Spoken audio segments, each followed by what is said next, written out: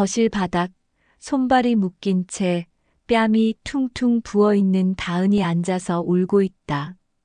문을 열고 들어온 호석의 얼굴이 순식간에 돌처럼 굳는다.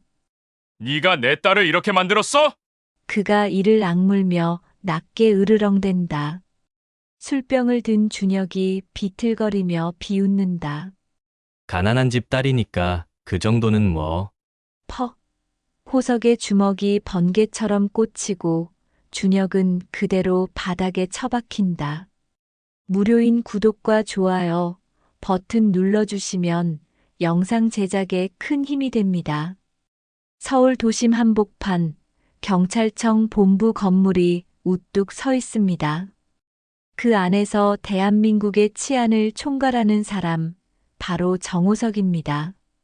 올해 58, 경찰청장이라는 무게감 있는 직책을 맡고 있지만 그의 일상은 누구도 쉽게 알아볼 수 없을 만큼 평범했습니다. 아침이면 정장을 벗고 평범한 점퍼를 걸쳤습니다. 그리고는 동네 한 구석에 마련한 공인중개사 사무실로 향했습니다. 간판에는 정호석 부동산이라는 소박한 이름이 붙어 있었고 지나가는 사람들은 그를 그저 은퇴한 경찰 출신 중개사 정도로만 알고 있었습니다. 호석은 일부러 그렇게 살았습니다. 이유는 단 하나, 가족의 안전 때문이었습니다. 경찰청장이라는 직책은 언제든 위협의 대상이 될 수 있었습니다. 그래서 그는 철저히 신분을 숨기고 가족들에게조차 평범한 아버지로만 남고 싶어 했습니다. 출퇴근 시간도 일반 직장인처럼 맞췄고 동네 식당에서 밥을 먹고 이웃들과 인사를 나눴습니다. 누구도 그가 경찰청장이라는 사실을 알지 못했습니다. 호석에게는 딸이 하나 있었습니다. 정다은 29살이었습니다. 딸은 호석의 전부나 다름없었습니다. 다은은 착하고 성실한 아이였습니다. 대학을 졸업하고 작은 회사에 취직해서 성실하게 일했고 최근에는 결혼을 앞두고 있었습니다. 호석은 딸의 결혼을 진심으로 축하해주고 싶었습니다. 하지만 마음 한구석이 편치 않았습니다. 예비 사위 최준혁은 33, 겉으로는 괜찮아 보였지만 어딘가 불성실한 구석이 있었습니다. 말투도 거칠었고 다은을 대하는 태도도 그리 좋아 보이지 않았습니다. 약속 시간에 자주 늦었고 다은에게 반말을 섞어 쓰는 모습도 몇 번 목격했습니다. 그보다 더 문제는 예비 사돈 최영도였습니다. 63의 나이에 사업가라고 자처하며 늘 거만한 태도를 보였습니다. 호석을 만날 때마다 은근히 무시하는 투로 말했습니다. 중개사 일도 요즘 쉽지 않죠? 경기가 안 좋아서 말이에요. 역시 공무원 연금이라도 있으니 다행이시겠어요. 우리야 사업하니까 늘 불안하지만요. 그럴 때마다 호석은 그냥 웃어넘겼습니다. 하지만 속으로는 불편했습니다. 특히 최영도가 다은을 대할 때의 태도가 마음에 걸렸습니다. 우리 집안에 시집 오면 우리 방식에 맞춰야 해요. 그런 말을 태연하게 내뱉는 모습에서 호석은 불길한 기운을 느꼈습니다.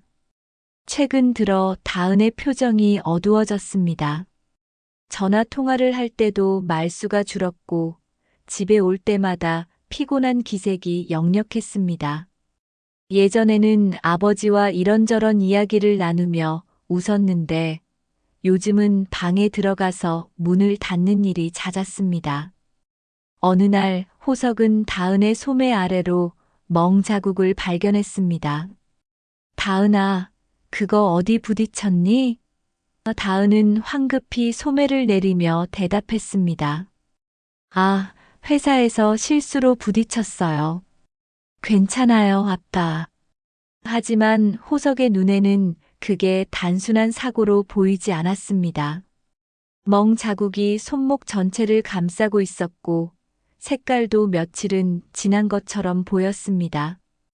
딸의 눈빛이 흔들렸고 말투도 불안했습니다. 호석은 아내 정은에게 물었습니다. 여보, 다은이 요즘 이상하지 않소? 정은도 걱정스러운 표정으로 고개를 끄덕였습니다. 저도 그게 신경 쓰여요. 근데 결혼 준비한다고 바빠서 그런가 했어요. 스트레스도 많이 받는 것 같고요. 호석은 더 이상 참지 못하고 다은에게 직접 물었습니다. 다은아, 혹시 준혁이가 너한테 뭐 잘못하는 거 아니니? 다은은 고개를 저으며 애써 웃었습니다. 아니에요, 아빠. 그냥 제가 좀 피곤해서 그래요. 걱정 마세요. 하지만 호석의 불안은 사라지지 않았습니다. 그는 오랜 세월 경찰로 살아오면서 직감을 믿는 법을 배웠습니다. 그리고 지금 그의 직감은 무언가 잘못되고 있다고 경고하고 있었습니다. 밤마다 잠을 설쳤고 다은의 얼굴이 자꾸 떠올랐습니다. 호석은 조용히 결심했습니다. 딸에게 무슨 일이 생기면 그땐 아버지로서 가만히 있지 않겠다고 말입니다. 며칠 후 다은은 준혁의 집에 간다고 했습니다. 아빠, 저 오늘 준혁이네 집에 가서 어머님이랑 이야기 좀 하고 올게요. 결혼 준비 관련해서 의논할 게 있대요. 호석은 딸을 배웅하며 조심스럽게 말했습니다. 다은아, 무슨 일 있으면 바로 전화해. 알았지? 다은은 환하게 웃으며 대답했습니다. 알았어요, 아빠. 걱정 마세요. 금방 올게요. 하지만 그날 저녁 다은에게서 연락이 오지 않았습니다. 평소 같으면 1시간마다 문자를 보내던 딸이었는데 이번엔 이상할 정도로 조용했습니다. 호석은 불안한 마음에 다은에게 전화를 걸었습니다. 하지만 전화는 꺼져 있었습니다. 1번, 2번, 3번. 계속 꺼져 있었습니다. 문자를 보내도 읽음 표시조차 뜨지 않았습니다. 위치 공유도 중단된 상태였습니다. 호석의 가슴이 철렁 내려앉았습니다. 호석은 휴대폰을 손에 쥔 채 거실을 서성였습니다. 시계를 보니 밤 9시가 넘어가고 있었습니다. 다은이 집을 나선 지 벌써 5시간이 지났습니다. 아내 정은도 불안한 표정으로 남편 옆에 섰습니다. 여보, 다은이한테 계속 전화해봤는데 꺼져 있어요. 이상해요.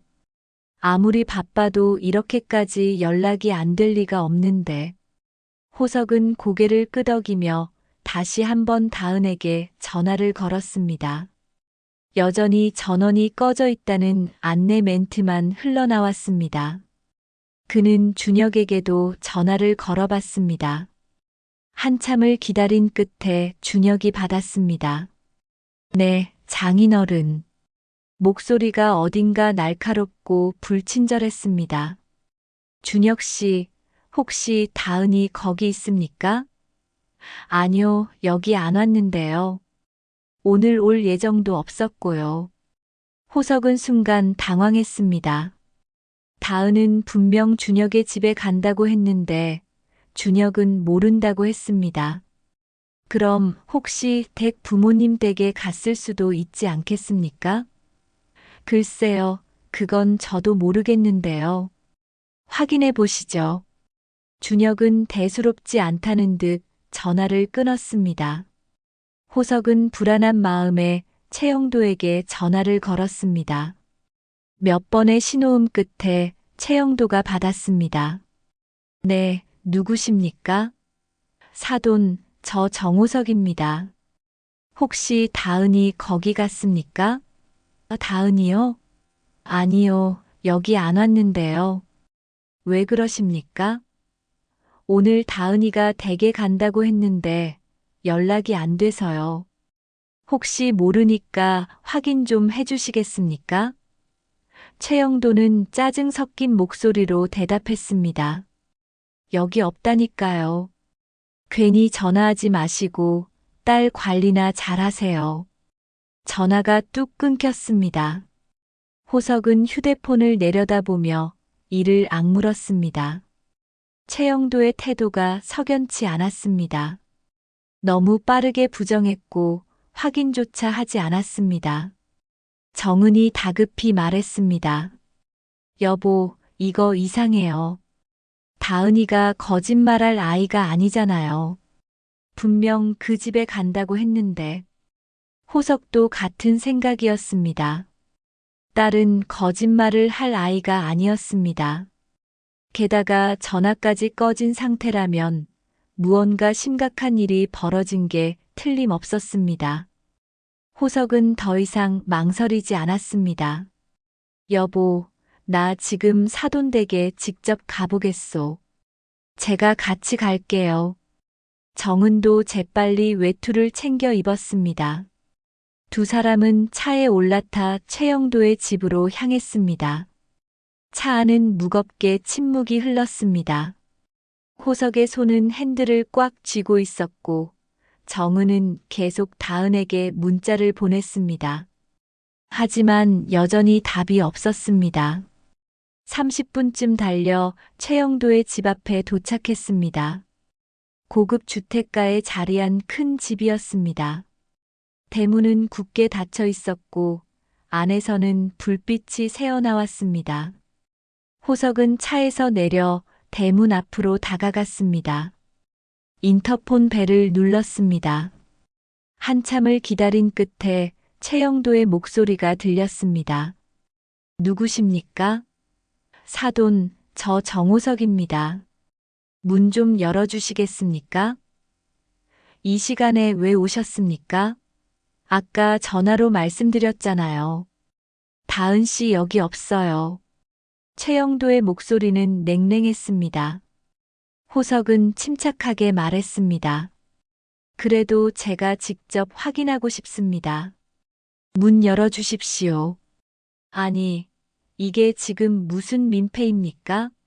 우리 집은 사생활이 있는데 이 시간에 찾아와서 문 열어달라는 게 말이 됩니까? 최영도의 목소리가 점점 높아졌습니다. 호석은 참을성 있게 다시 말했습니다. 사돈, 제 딸이 연락이 안 됩니다. 그냥 확인만 하고 가겠습니다. 여기 없다니까요. 왜 남의 집 앞에서 이러십니까? 당장 돌아가세요. 최영도는 거칠게 소리를 질렀습니다. 호석은 불안감이 확신으로 바뀌는 걸 느꼈습니다. 최영도의 반응이 너무 과격했습니다. 무언가 숨기고 있는 게 분명했습니다. 그때 안에서 희미한 소리가 들렸습니다. 여자의 신음소리였습니다. 호석의 심장이 멎는 것 같았습니다. 그 목소리, 분명 다은의 목소리였습니다. 사돈, 안에 우리 딸 있죠? 지금 당장 문 여세요. 호석의 목소리가 떨렸습니다. 최영도는 더욱 막무가내로 나왔습니다. 뭔 헛소리를 하는 겁니까? 여기 아무도 없어요. 당장 안 가시면 경찰 부르겠습니다. 호석의 눈빛이 차갑게 변했습니다. 좋습니다. 경찰 부르십시오. 누가 잘못했는지 오늘 확실히 밝혀봅시다. 호석은 더 이상 참지 않았습니다. 뒤로 한 걸음 물러서더니 어깨로 대문을 들이받았습니다. 쿵. 대문이 흔들렸지만 열리지 않았습니다. 다시 한번 쿵. 여전히 굳게 닫혀 있었습니다. 정은이 소리쳤습니다. 여보, 닫혀요. 하지만 호석은 멈추지 않았습니다. 세 번째, 온 힘을 다해 몸을 던졌습니다. 쾅! 마침내 대문이 벌컥 열렸습니다. 호석은 비틀거리며 안으로 들어갔습니다. 현관문도 잠겨 있었지만 이미 열린 대문 사이로 집안이 보였습니다. 최영도가 황급히 현관으로 나왔습니다. 지금 뭐 하는 겁니까? 이건 불법 침입입니다. 호석은 최영도를 똑바로 바라보며 말했습니다. 제 딸 어디 있습니까?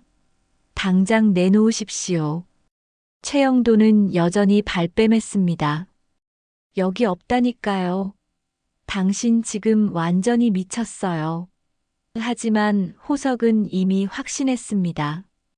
딸이 이 집 안에 있다는 걸 말입니다.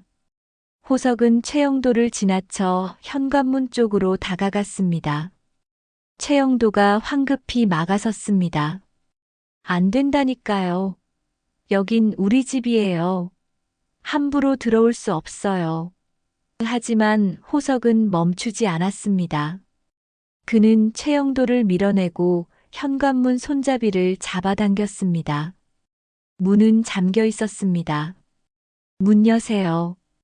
호석의 목소리는 낮고 차분했지만 그 안에는 분노가 가득 담겨 있었습니다. 최영도는 비웃듯 말했습니다. 당신 지금 제정신이에요? 이러다 경찰서 가는 건 당신이에요. 그때 안에서 다시 한번 희미한 소리가 들렸습니다. 아빠, 그 순간 호석의 이성이 완전히 끊어졌습니다. 그는 뒤로 물러서더니 온 힘을 다해 현관문을 발로 찼습니다. 쾅! 문이 흔들렸습니다. 다시 한번 쾅! 문틀이 삐걱거리기 시작했습니다. 세 번째 발길질에 마침내 문이 활짝 열렸습니다. 호석은 집 안으로 뛰어들어갔습니다. 정은도 그 뒤를 따랐습니다. 거실로 들어서는 순간 호석은 그 자리에서 얼어붙었습니다. 바닥에 다은이 쓰러져 있었습니다. 손발은 테이프로 묶여 있었고 입에도 테이프가 붙어 있었습니다. 얼굴은 퉁퉁 부어올라 있었고 뺨에는 붉은 자국이 선명했습니다. 손목에는 결박 자국이 깊게 패여 있었고 옷은 찢어져 있었습니다. 다은은 눈을 반쯤 감은 채 가쁜 숨을 몰아쉬고 있었습니다. 정은이 비명을 질렀습니다. 다은아. 정은은 달려가 딸을 끌어안았습니다. 손발을 묶은 테이프를 뜯어내고 입을 막은 테이프도 조심스럽게 떼어냈습니다. 다은은 가까스로 입을 열었습니다. 엄마 아빠 목소리는 쉬어 있었고 떨리고 있었습니다.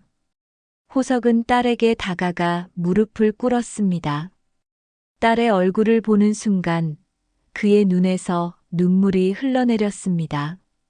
다은아, 누가 이랬어? 다은은 대답하지 못하고 그저 아버지의 품에 안겼습니다. 그때 거실 한쪽에서 비틀거리는 발소리가 들렸습니다. 준혁이었습니다. 준혁은 술에 취한 듯 얼굴이 붉어져 있었고 손에는 소주병을 들고 있었습니다.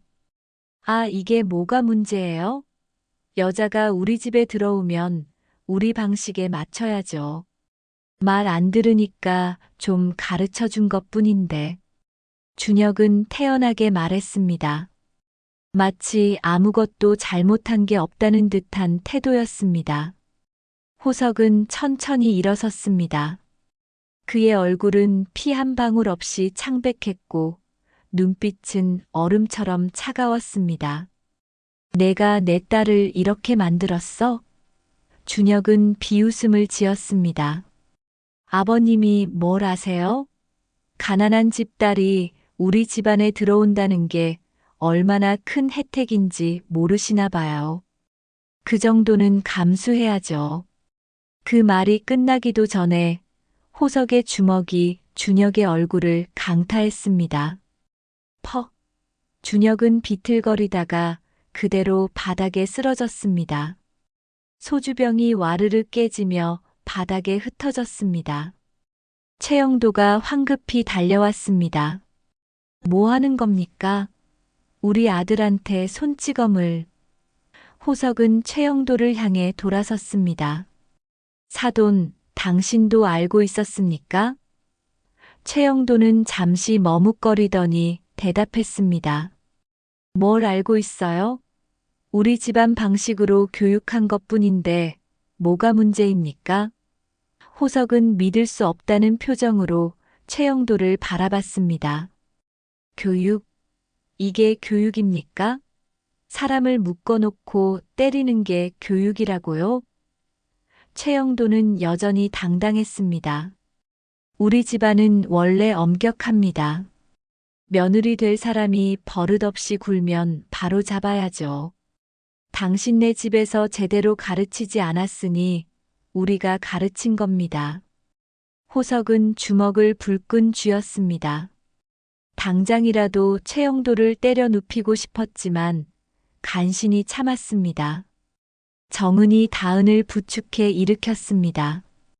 여보, 빨리 병원 가야 해요. 다은이 상태가 심각해요. 호석은 다은을 안아들었습니다.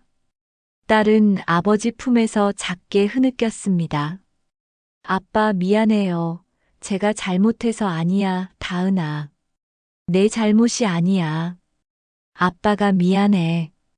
아빠가 더 일찍 알아챘어야 했는데.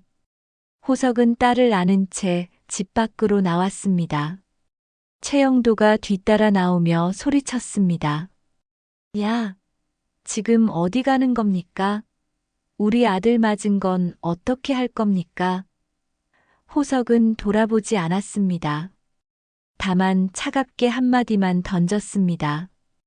경찰에 신고하세요. 그게 좋을 겁니다. 최영도는 코웃음을 쳤습니다. 좋아요. 신고할 겁니다. 당신 불법 침입에 폭행죄로 감옥 갈 각오하세요. 호석은 차에 다은을 태우고 조수석에 앉혔습니다. 정은이 뒷자리에서 다은을 감싸 안았습니다. 차는 빠르게 출발했습니다. 병원으로 가는 내내 호석의 머릿속은 복잡했습니다. 그는 오랜 세월 경찰로 살아왔습니다. 수많은 범죄자들을 잡아왔고 정의를 지켰다고 생각했습니다. 하지만 정작 가장 중요한 사람, 자신의 딸은 지키지 못했습니다. 그는 자책했습니다. 다은의 멍 자국을 봤을 때 그 순간 바로 행동했어야 했습니다. 딸의 어두운 표정을 봤을 때 더 깊이 물어봤어야 했습니다. 하지만 그는 그저 지켜만 봤습니다. 그리고 결국 이런 일이 벌어졌습니다. 차 안은 조용했습니다. 다은의 가쁜 숨소리와 정은의 흐느끼는 소리만 들렸습니다. 호석은 핸들을 꽉 쥐고 앞만 바라봤습니다.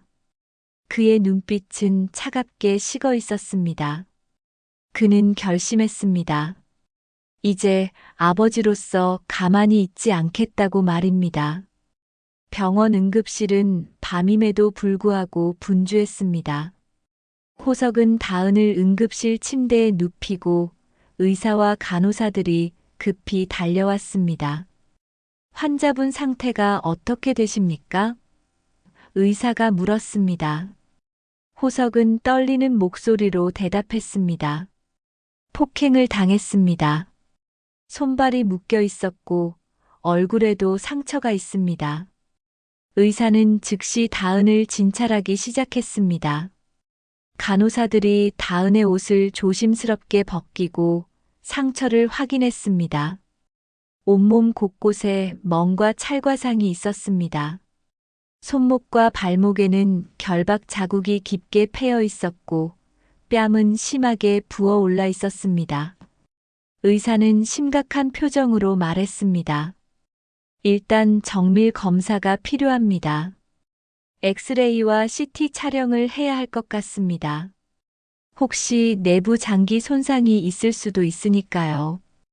호석은 고개를 끄덕였습니다. 정은은 다은의 손을 꽉 잡고 있었습니다. 다은아, 괜찮아. 엄마가 여기 있어. 아무 걱정하지 마. 다은은 눈물을 흘리며 고개를 끄덕였습니다. 검사가 진행되는 동안 호석은 복도에서 기다렸습니다. 그는 벽에 기대선 채 눈을 감았습니다.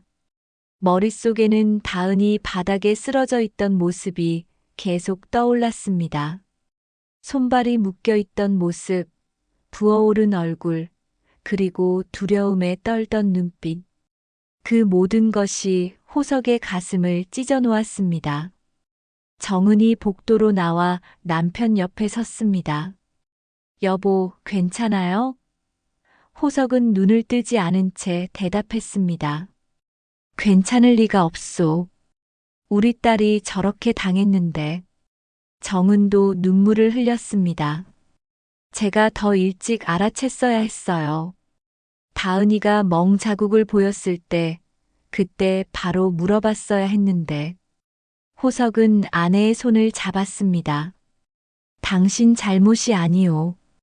우리 모두 몰랐소. 다만 이제부터는 다릅니다. 두 사람은 말없이 서 있었습니다. 한참 후 의사가 나왔습니다. 보호자분 계십니까? 호석과 정은이 다가갔습니다. 의사는 차분한 목소리로 설명했습니다. 다행히 내부 장기에는 큰 손상이 없습니다.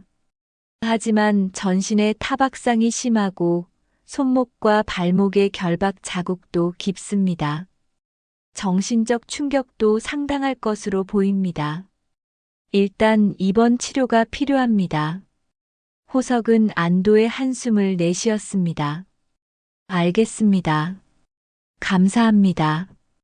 의사는 잠시 망설이더니 조심스럽게 물었습니다. 혹시 폭행 사건이라면 경찰에 신고하셨습니까? 호석은 고개를 끄덕였습니다. 네, 곧 신고할 겁니다. 의사는 고개를 끄덕이며 말했습니다. 그럼 진단서도 준비해 드리겠습니다. 필요하시면 언제든 말씀하세요. 다은은 병실로 옮겨졌습니다. 호석과 정은은 병실에 들어가 다은 곁에 앉았습니다. 다은은 진정제를 맞아서인지 조금 안정된 모습이었습니다. 호석은 딸의 손을 잡으며 조용히 말했습니다. 다은아, 아빠가 지금까지는 너를 위해 조용히 살았어. 하지만 이제는 다르다. 다은은 눈물을 흘리며 말했습니다. 아빠, 미안해요. 제가 아빠 체면 깎을까봐 말 못했어요. 그 집 사람들이 아빠를 무시하고 저한테도 계속 그랬어요. 저보고 가난한 집 딸이라고, 우리 집안 방식에 맞춰야 한다고 다은은 말을 잇지 못하고 흐느꼈습니다. 호석은 딸의 손등에 입을 맞췄습니다. 체면? 그딴 건 내가 살아있기만 하면 아무 소용 없어. 아빠한테 가장 중요한 건 너야, 다은아. 다은은 아버지를 바라봤습니다. 아빠, 그 사람들 정말 무서워요. 경찰도 그 사람들 편일 것 같아요. 돈도 많고 힘도 있으니까. 호석은 딸의 눈을 똑바로 바라보며 말했습니다. 다은아, 아빠가 이제부터 한 발도 안 봐준다. 그 사람들이 누구든 무슨 짓을 하든 아빠가 다 책임지겠다. 다은은 고개를 끄덕였습니다. 아빠 고마워요. 호석은 병실을 나와 복도로 갔습니다. 그리고 조용히 휴대폰을 꺼내 전화를 걸기 시작했습니다. 첫 번째 전화는 특수수사국장에게 걸었습니다. 국장, 나야. 긴급 사안이 생겼어. 지금 당장 움직여줘야겠어. 두 번째 전화는 감찰 담당관에게 걸었습니다. 담당관, 내일 아침 일찍 청장실로 와줘. 중요한 건이 있어.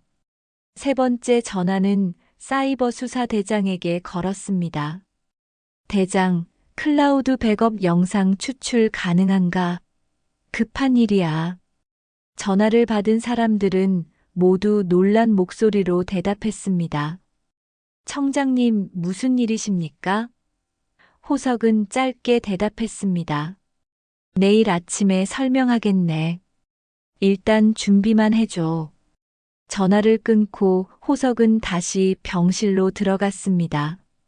다은은 이제 잠들어 있었습니다. 정은이 딸의 이마를 쓰다듬으며 조용히 말했습니다. 여보, 방금 전화하는 거 들었어요. 지금 뭐 하시는 거예요? 호석은 아내를 바라보며 대답했습니다. 여보, 나 이제 가만히 안 있을 거요.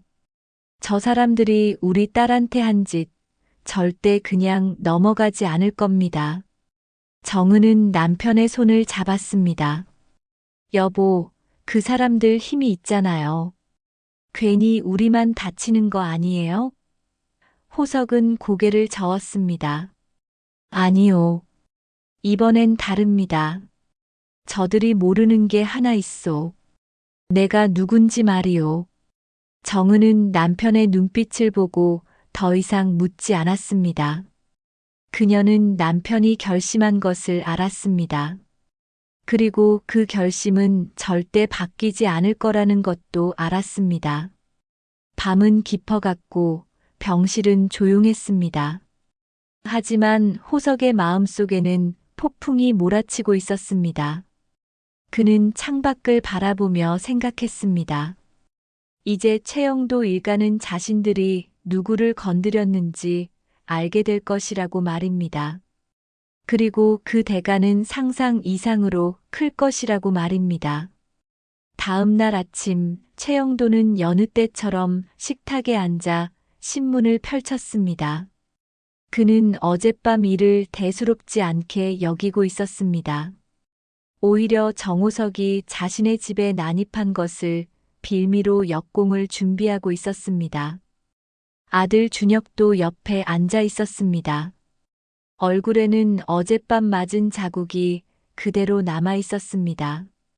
아버지, 그 인간 고소해야죠. 우리 집에 쳐들어와서 저까지 때렸잖아요.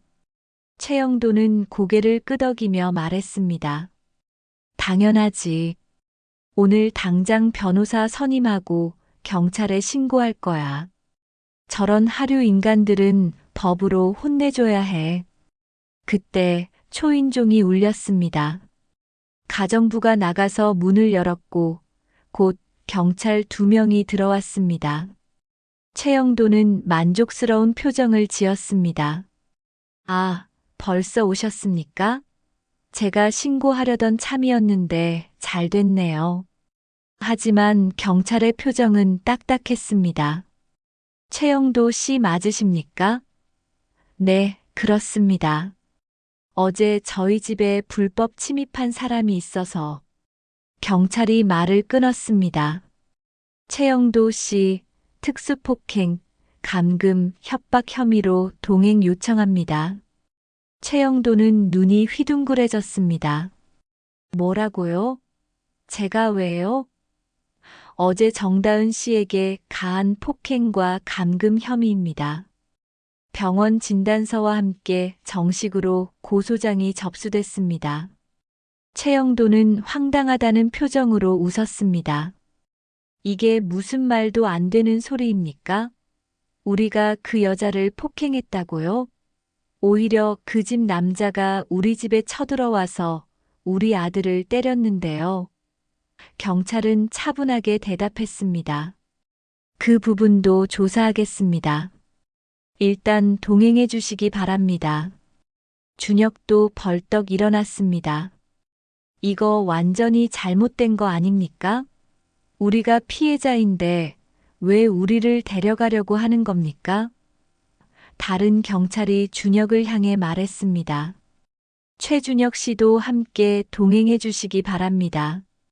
같은 혐의입니다. 최영도는 코웃음을 쳤습니다. 좋습니다. 가죠. 하지만 당신들 나중에 후회할 겁니다. 내가 누군지 아십니까? 경찰은 무표정하게 대답했습니다. 저희는 절차에 따라 움직이는 것뿐입니다. 최영도와 준혁은 경찰차에 태워져 경찰서로 향했습니다.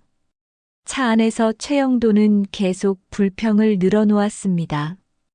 이건 명백히 잘못된 거예요. 우리 변호사가 오면 다 해결될 겁니다. 당신들 나중에 책임 못 져요. 하지만 경찰은 아무 대꾸도 하지 않았습니다.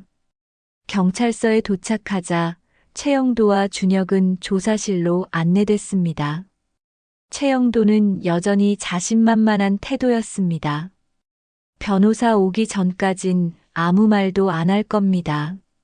담당 형사가 말했습니다. 그러시든지요. 하지만 증거는 이미 충분합니다. 형사는 노트북을 꺼내 화면을 보여줬습니다. 거기에는 어젯밤 최영도 집 거실의 영상이 재생되고 있었습니다. 다은이 바닥에 쓰러져 있고 손발이 묶여 있는 모습이 선명하게 찍혀 있었습니다. 준혁이 술병을 들고 비틀거리며 다은을 향해 욕설을 퍼붓는 장면도 있었습니다. 최영도의 얼굴이 창백해졌습니다. 이건 어디서 나온 겁니까? 형사가 대답했습니다. 댁집 거실에 설치된 CCTV입니다. 클라우드에 자동 백업되는 시스템이더군요. 삭제하려고 해도 이미 늦었습니다. 준혁도 당황한 표정으로 말했습니다. 그건 오해입니다. 저희가 교육 차원에서 형사가 차갑게 말했습니다. 교육이라고요? 사람을 묶어놓고 때리는 게 교육입니까? 최영도는 애써 침착함을 유지하려 했습니다. 우리 변호사가 이 문제를 해결할 겁니다. 우리가 누군지 아십니까? 우린 이 동네에서 꽤 이름 있는 사람들입니다. 형사는 피식 웃었습니다. 그러시군요. 그럼 이번 사건이 어떻게 처리될지 두고 보시죠. 한편 최영도는 곧바로 자신의 변호사에게 연락을 취했습니다. 변호사는 곧 경찰서로 달려왔습니다. 최 사장님, 제가 왔습니다. 걱정 마세요. 이 정도는 쉽게 해결됩니다. 변호사는 자신만만하게 조사실로 들어가 담당 형사와 이야기를 나눴습니다. 하지만 형사의 태도는 단호했습니다. 증거가 명백합니다. 영상, 병원 진단서, 피해자 진술 모두 일치합니다. 이건 명백한 폭행과 감금 사건입니다. 변호사는 웃으며 말했습니다. 하지만 형사님, 이 사건에는 오해의 소지가 많습니다. 피해자라는 사람도 원래 정신적으로 불안정했고요. 저희 측 주장을 들어보시면 형사가 말을 끊었습니다. 변호사님, 영상을 보셨습니까? 저건 오해로 넘어갈 수준이 아닙니다. 변호사는 잠시 당황했지만 곧 다시 자신감을 되찾았습니다. 그래도 저희 측에서도 충분히 대응할 방법이 있습니다. 정호석 씨 측에서도 불법 침입과 폭행을 했으니까요. 형사는 고개를 끄덕이며 말했습니다.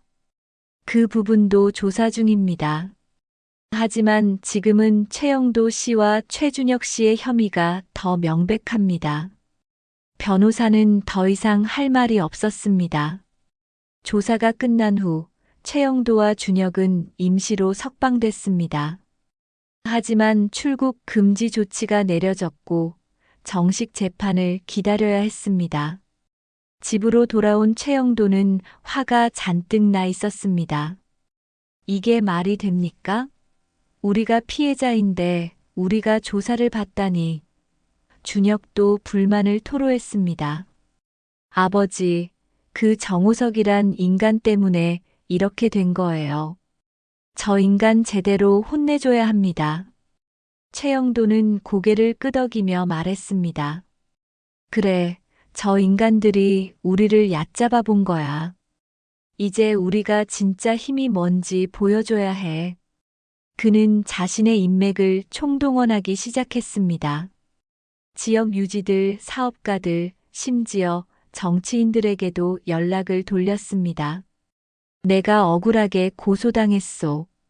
도와주시오. 대부분의 사람들은 최영도의 편을 들어줬습니다. 그는 돈도 많고 영향력도 있었기 때문입니다. 최영도는 점점 더 자신감을 되찾았습니다. 좋아. 이제 저 인간들이 누굴 건드렸는지 알게 될 거야. 며칠 후 경찰서에서 양측 대질 조사가 예정됐습니다. 최영도는 변호사 2명을 대동하고 당당하게 나타났습니다. 준혁도 함께였고 그들의 표정은 여유로워 보였습니다. 최영도는 대기실에서 변호사에게 물었습니다. 오늘 확실하게 끝낼 수 있겠습니까? 변호사는 고개를 끄덕이며 대답했습니다. 물론입니다. 제가 준비한 자료들을 보시면 압니다. 정다은 씨가 원래 정신과 상담 기록이 있었다는 것, 그리고 최 사장님 댁에서 벌어진 일은 단순한 가정 내 훈육이었다는 것을 입증할 겁니다. 최영도는 만족스러운 표정을 지었습니다. 좋습니다. 그리고 정호석, 그 인간은요? 불법 침입과 폭행죄로 맞고소했습니다. 증거도 충분하고요. 아마 오늘 조사에서 우리가 우위를 점할 겁니다. 준혁이 비웃으며 말했습니다. 그 인간들, 우리가 누군지도 모르고 덤볐으니 이제 후회하겠죠. 조사실 문이 열렸고 담당 형사가 그들을 안으로 안내했습니다. 조사실 안에는 이미 정호석과 정은이 앉아 있었습니다. 호석은 평범한 옷차림이었고 표정은 담담했습니다. 최영도는 호석을 보자마자 비웃음을 지었습니다. 오늘 각오는 하고 오셨겠죠? 호석은 아무 대꾸도 하지 않고 조용히 앉아 있었습니다. 형사가 양쪽에게 말했습니다. 오늘은 양측의 진술을 듣고 증거를 확인하는 자리입니다. 차례대로 진행하겠습니다. 먼저 최영도 측 변호사가 입을 열었습니다. 형사님, 저희 측에서 준비한 자료를 먼저 제출하겠습니다. 변호사는 서류 뭉치를 꺼내 형사에게 건넸습니다. 이건 정다은 씨의 과거 정신과 상담 기록입니다. 보시다시피 불안 장애와 우울증 진단을 받은 적이 있습니다. 이는 정다은 씨가 정신적으로 불안정한 상태였다는 걸 증명합니다. 호석의 얼굴이 굳어졌습니다. 변호사는 계속 말을 이었습니다. 그리고 이건 최영도 씨댁의 가정 규칙입니다.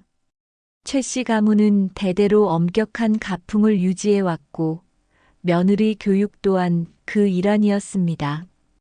형사가 서류를 훑어보며 물었습니다. 그럼 영상에 찍힌 장면은 어떻게 설명하시겠습니까? 피해자가 손발이 묶인 채 바닥에 쓰러져 있었는데요. 변호사는 태연하게 대답했습니다. 그건 정다은 씨가 과격하게 행동해서 안전을 위해 잠시 제지한 겁니다. 보호 조치였던 거죠. 최영도도 거들었습니다. 맞습니다. 그 여자가 갑자기 소리 지르고 난동을 부려서 어쩔 수 없었습니다. 우리도 피해자예요. 준혁도 고개를 끄덕이며 말했습니다. 저도 그날 정말 무서웠습니다. 갑자기 이상하게 행동하더니 저한테 덤벼들려고 해서 호석은 주먹을 불끈 쥐었습니다. 거짓말이 너무나 뻔했지만 최영도 일가는 태연하게 거짓을 늘어놓고 있었습니다. 변호사가 다시 말했습니다. 그리고 형사님, 정호석 씨의 불법 침입과 폭행 건도 분명히 짚고 넘어가야 합니다. 정 씨는 허락도 없이 남의 집 문을 부수고 들어왔고 최준혁 씨를 폭행했습니다. 이건 명백한 범죄 행위입니다. 형사가 호석을 바라보며 물었습니다. 정호석 씨, 이에 대해 할 말 있으십니까? 호석은 잠시 침묵하다가 조용히 입을 열었습니다. 제 딸이 위험에 처해 있었습니다. 아버지로서 당연한 행동이었습니다. 최영도가 비웃으며 끼어들었습니다. 당연한 행동이라고요? 남의 집에 쳐들어와서 문 부수고 사람 때린 게 당연하다고요? 이 사람 정말 웃기는군요. 변호사도 거들었습니다. 형사님, 보시다시피 정호석 씨는 자신의 범죄 행위를 정당화하려 하고 있습니다. 이는 법적으로 용납될 수 없습니다. 호석은 여전히 침착한 표정이었습니다. 그는 천천히 가방에서 서류 봉투를 꺼냈습니다. 형사님, 제가 준비한 자료가 있습니다. 형사가 고개를 끄덕이며 받았습니다. 뭡니까? 병원 진단서입니다. 제 딸이 입은 상처를 정밀하게 기록한 것입니다. 전신 타박상, 손목과 발목에 깊은 결박 자국, 얼굴에 폭행 흔적. 이 모든 게 단순한 보호 조치로 생긴 상처라고 보십니까? 형사는 진단서를 꼼꼼히 살펴봤습니다. 최영도의 얼굴이 조금 굳어졌습니다. 호석은 계속 말했습니다. 그리고 이건 CCTV 영상의 전체 버전입니다. 변호사님이 말씀하신 것처럼 제 딸이 먼저 난동을 부렸다면 그 장면도 찍혀 있을 겁니다. 하지만 영상에는 제 딸이 처음부터 끝까지 저항하지 못하고 당하기만 하는 모습만 나옵니다. 형사는 영상을 다시 확인했습니다. 호석의 말이 맞았습니다. 영상 어디에도 다은이 먼저 폭력을 행사하는 장면은 없었습니다. 최영도의 변호사가 당황한 기색을 보이며 말했습니다. 하지만 정다은 씨의 정신 상태를 고려하면 호석이 말을 끊었습니다. 제 딸의 정신과 상담 기록을 들먹이시는데 그건 몇 년 전 대학 시절 일시적인 스트레스로 받은 상담이었습니다. 그걸 가지고 지금 제 딸이 정신적으로 문제가 있다고 몰아가는 건 명백한 명예훼손입니다. 변호사는 할 말을 잃었습니다. 최영도가 화를 내며 소리쳤습니다. 이봐요, 정호석 씨. 당신이 아무리 말을 돌려도 소용없어요. 당신은 그냥 은퇴한 공무원 아닙니까? 우리는 이 지역에서 영향력 있는 사람들이에요. 경찰도 우리 편이 될 겁니다. 호석은 최영도를 조용히 바라봤습니다. 그리고 천천히 입을 열었습니다. 사돈, 한 가지 물어보겠습니다. 당신은 저를 뭐라고 생각하십니까? 최영도는 코웃음을 쳤습니다. 당신? 그냥 동네에서 중개 일이나 하는 은퇴한 하급 공무원이죠. 상대가 달라요, 상대가. 호석은 고개를 끄덕이며 말했습니다. 그렇게 생각하셨군요. 그럼 이제부터 제대로 알려드리겠습니다. 호석은 가방에서 신분증을 꺼내 테이블 위에 올려놓았습니다. 저는 대한민국 경찰청장 정호석입니다. 순간 조사실 안이 얼어붙었습니다. 최영도의 얼굴이 새하얗게 질렸고 준혁은 입을 떡 벌린 채 굳어버렸습니다. 변호사들도 당황한 표정으로 서로를 바라봤습니다. 최영도는 믿을 수 없다는 표정으로 신분증을 바라봤습니다. 경찰청장이라고요? 그럴 리가, 당신 지금까지 중개사라고. 호석은 차분하게 대답했습니다. 제가 언제 중개사라고 했습니까? 당신이 그렇게 생각했을 뿐이죠. 저는 가족의 안전을 위해 신분을 공개하지 않았을 뿐입니다. 준혁이 떨리는 목소리로 말했습니다. 그럼 지금까지 우리를 속인 겁니까? 호석은 고개를 저었습니다. 속인 게 아닙니다. 당신들이 알 필요가 없었을 뿐이죠. 하지만 당신들이 제 딸에게 손을 댄 순간 상황은 완전히 달라졌습니다. 최영도의 변호사들은 당황해서 서로 눈치만 보고 있었습니다.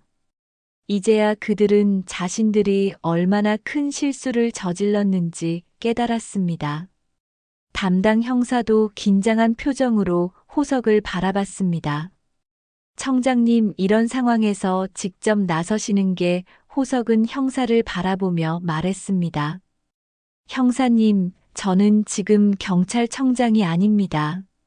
그냥 딸을 지키려는 아버지일 뿐입니다. 공정하게 조사해 주시면 됩니다. 형사는 고개를 끄덕였습니다. 최영도는 식은땀을 흘리며 변호사에게 속삭였습니다. 이거 어떻게 해야 합니까? 변호사도 당황한 기색이 역력했습니다. 사장님, 일단 침착하시고 하지만 최영도는 이미 패닉 상태였습니다. 그는 지금까지 자신이 우위에 있다고 믿었지만 순식간에 상황이 역전된 것입니다. 호석은 계속 말을 이었습니다. 사돈, 당신은 저를 하급 공무원이라고 무시했습니다. 그리고 제 딸을 가난한 집 딸이라고 깔보며 폭행하고 감금했습니다. 당신이 힘이 있다고, 돈이 있다고, 경찰도 당신 편이 될 거라고 믿었죠. 최영도는 아무 말도 하지 못했습니다. 하지만 법 앞에서는 누구나 평등합니다. 당신이 아무리 돈이 많고 영향력이 있어도 범죄를 저질렀다면 그에 대한 대가를 치러야 합니다. 호석은 가방에서 또 다른 서류를 꺼냈습니다. 이건 특수수사국에서 작성한 보고서입니다. 당신네 집 클라우드 시스템을 전면 분석한 결과입니다. 최영도의 얼굴이 더욱 창백해졌습니다. 호석은 서류를 형사에게 건네며 말했습니다. 영상 기록을 보면 이번 사건이 우발적이 아니라는 걸 알 수 있습니다. 제 딸은 이전에도 여러 차례 폭언과 폭행을 당했습니다. 다만 참고 견뎠을 뿐이죠. 형사가 서류를 넘기며 고개를 끄덕였습니다. 영상 기록이 한두 번이 아니군요. 호석은 계속했습니다.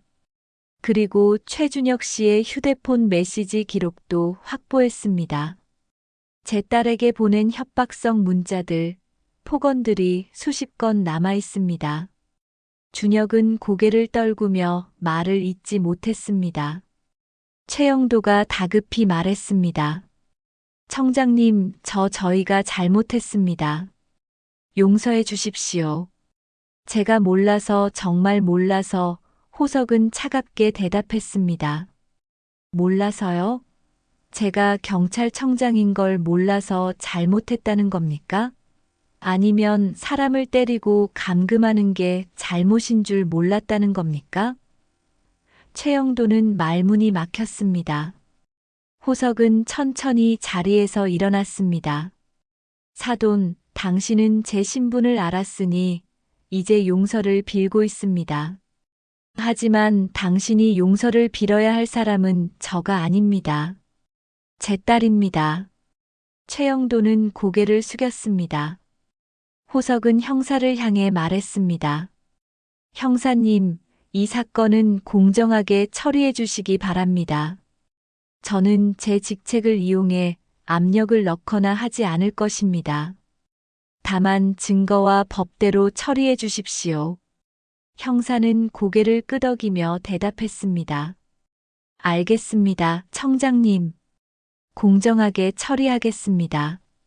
조사는 그렇게 마무리됐습니다. 최영도와 준혁은 조사실을 나오며 완전히 기가 꺾여 있었습니다. 변호사들도 더 이상 할 말이 없었습니다. 건물 밖으로 나온 최영도는 무릎이 풀려 주저앉을 뻔했습니다. 이제 어떻게 되는 겁니까? 변호사가 한숨을 쉬며 대답했습니다. 솔직히 말씀드리면 상황이 매우 불리합니다. 증거도 명백하고 상대가 말을 잇지 못했습니다. 며칠 후 검찰에서 정식 기소가 이루어졌습니다. 최영도와 준혁, 그리고 함께 있던 최영도의 아내 박미정까지 특수폭행, 감금, 협박 혐의로 기소됐습니다. 언론에서도 이 사건을 크게 보도하기 시작했습니다. 유력 사업가 일가, 예비 며느리 폭행 및 감금 혐의로 기소 경찰청장 딸 폭행 사건, 충격적인 영상 공개 최영도 일가의 명성은 순식간에 바닥으로 떨어졌습니다. 그들이 그동안 쌓아왔던 사회적 지위와 영향력은 한순간에 무너졌습니다. 최영도는 집에서 뉴스를 보며 망연자실했습니다. 이게 어떻게 된 일입니까? 준혁도 옆에서 고개를 떨구고 있었습니다. 그들은 이제야 깨달았습니다. 자신들이 얼마나 큰 실수를 저질렀는지, 그리고 그 대가가 얼마나 큰지를 말입니다. 재판날이 다가왔습니다. 법정에는 많은 사람들이 방청객으로 모여들었습니다. 최영도 일가는 피고인석에 앉았고, 반대편에는 호석과 정은, 그리고 다은이 앉아 있었습니다. 재판장이 입장했고, 재판이 시작됐습니다. 검사는 차분하게 증거들을 제시했습니다. 영상, 진단서, 문자 기록, 모든 것이 명백한 증거였습니다. 최영도 측 변호사는 최선을 다해 변론했지만 증거 앞에서는 무력했습니다. 증인으로 나온 다은은 떨리는 목소리로 자신이 겪은 일을 진술했습니다. 저는 처음에는 참으려고 했습니다. 결혼하면 나아질 거라고 생각했어요. 하지만 점점 심해졌고 마지막 날엔 정말 죽을 것 같았습니다. 다은의 목소리에는 고통이 가득했습니다. 방청석에서 몇몇 사람들이 눈물을 흘렸습니다. 재판은 며칠에 걸쳐 진행됐고 마침내 선고 날이 왔습니다. 재판장이 판결문을 읽기 시작했습니다. 피고인 최영도, 최준혁, 박미정은 특수폭행, 감금, 협박 혐의에 대해 모두 유죄로 인정합니다. 최영도의 얼굴이 흑빛으로 변했습니다. 피고인들의 행위는 계획적이고 악의적이었으며 피해자에게 심각한 신체적, 정신적 피해를 입혔습니다. 이에 피고인 최영도는 징역 3년, 최준혁은 징역 4년, 박미정은 징역 2년을 선고합니다. 쿵. 최영도는 그 자리에서 무너져 내렸습니다. 재판이 끝나고 최영도 일가는 법정을 빠져나갔습니다. 한때 이 지역에서 영향력 있는 사업가로 군림하던 최영도는 이제 죄인의 신분이 됐습니다. 언론의 카메라 플래시가 그들을 향해 쏟아졌고 기자들의 질문이 빗발쳤습니다. 최영도 씨, 피해자에게 할 말씀 있으십니까? 이번 사건에 대해 어떻게 생각하십니까? 최영도는 고개를 숙인 채 아무 대답도 하지 못했습니다. 그는 이제 모든 것을 잃었습니다. 사업체는 이미 신용을 잃어 무너지기 시작했고 그동안 친하게 지내던 사람들도 모두 등을 돌렸습니다. 준혁도 마찬가지였습니다. 회사에서 해고됐고 친구들도 연락을 끊었습니다.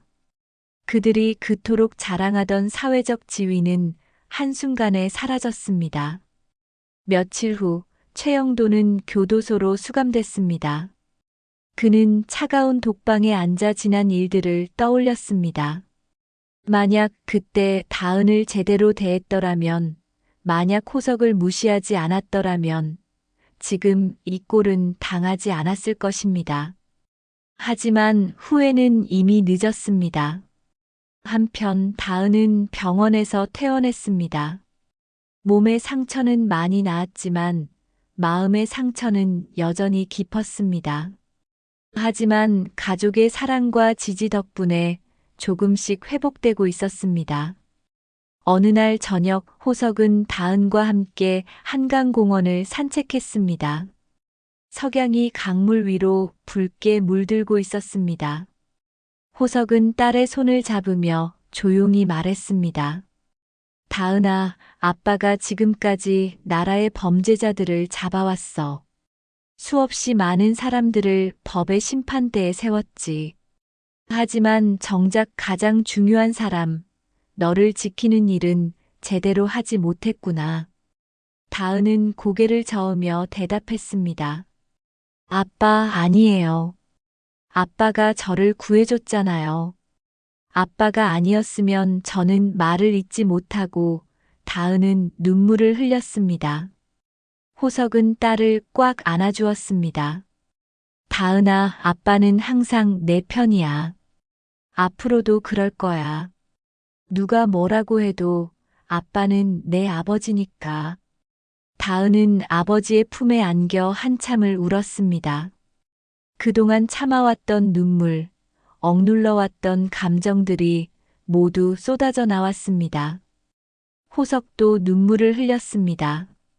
그는 딸이 겪은 고통을 생각하면 가슴이 찢어지는 것 같았습니다. 한참 후 다은이 눈물을 닦으며 말했습니다. 아빠, 저 이제 괜찮아요. 아빠 덕분에 다시 살 수 있게 됐어요. 정말 고마워요.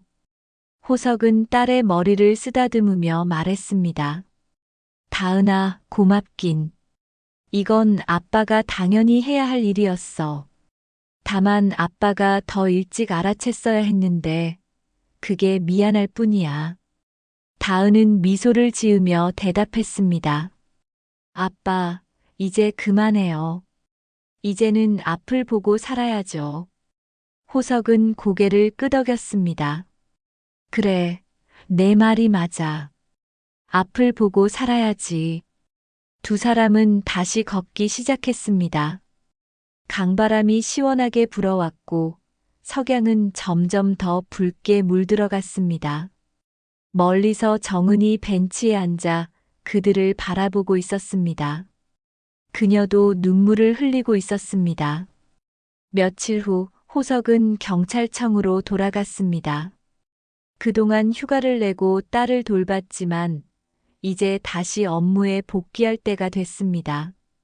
직원들은 호석을 보자 조용히 인사했습니다.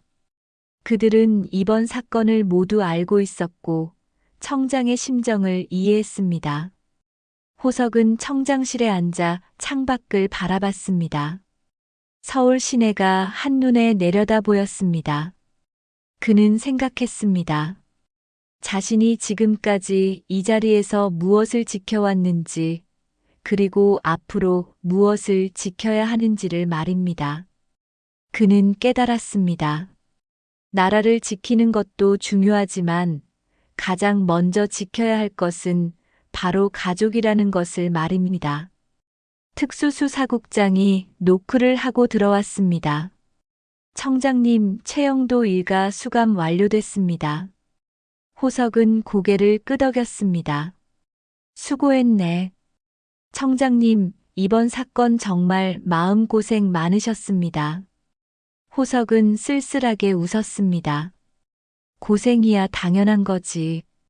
다만 이제라도 딸을 지킬 수 있어서 다행이야. 그날 저녁 호석은 일찍 퇴근했습니다. 집으로 돌아가는 길에 꽃집에 들러 꽃다발을 샀습니다. 다은이 좋아하는 장미였습니다. 집에 도착하니 다은과 정은이 저녁 준비를 하고 있었습니다. 아빠 오셨어요? 다은이 환하게 웃으며 맞이했습니다. 호석은 꽃다발을 내밀었습니다. 이거 너 주려고 사왔어. 다은은 기뻐하며 꽃을 받았습니다. 와, 고마워요, 아빠. 정말 예쁘다. 가족 셋은 식탁에 둘러앉아 저녁을 먹었습니다. 오랜만에 편안한 분위기였습니다. 다은은 조금씩 밝아지고 있었고 예전의 웃음도 되찾아가고 있었습니다. 식사를 마치고 가족들은 거실에 모여 앉았습니다. 텔레비전을 틀었지만 아무도 집중하지 않았습니다. 그저 함께 있다는 것만으로도 충분했습니다. 호석은 아내와 딸을 바라보며 생각했습니다. 이것이 진짜 행복이구나. 권력도 명예도 돈도 아닌 바로 이런 평범한 순간들이 진짜 행복이구나. 다은이 조용히 말했습니다. 아빠, 엄마, 저 이제 새로 시작하려고요. 다시 일도 하고 제 삶을 살아가려고요. 정은이 딸의 손을 잡았습니다. 그래, 다은아. 천천히 해도 돼. 우리가 항상 옆에 있을게. 호석도 고개를 끄덕였습니다. 맞아. 너는 충분히 강한 아이야. 이번 일로 더 강해질 거야. 다은은 눈물을 글썽이며 웃었습니다. 네, 고마워요. 정말 고마워요. 밤이 깊어갔고 가족들은 서로에게 기대어 앉아 있었습니다. 창밖으로는 별들이 빛나고 있었습니다. 호석은 하늘을 올려다보며 조용히 다짐했습니다. 앞으로는 절대 가족을 지키는 일에 소홀하지 않겠다고 말입니다. 이번 일로 그는 많은 것을 깨달았습니다. 경찰청장이라는 직책도 중요하지만 그보다 더 중요한 것은 아버지라는 역할이었습니다. 그리고 그는 이제야 진짜로 가족을 지켜냈다고 확신했습니다. 석양은 저물고 밤은 깊어갔지만 호석의 마음속에는 따뜻한 빛이 가득했습니다.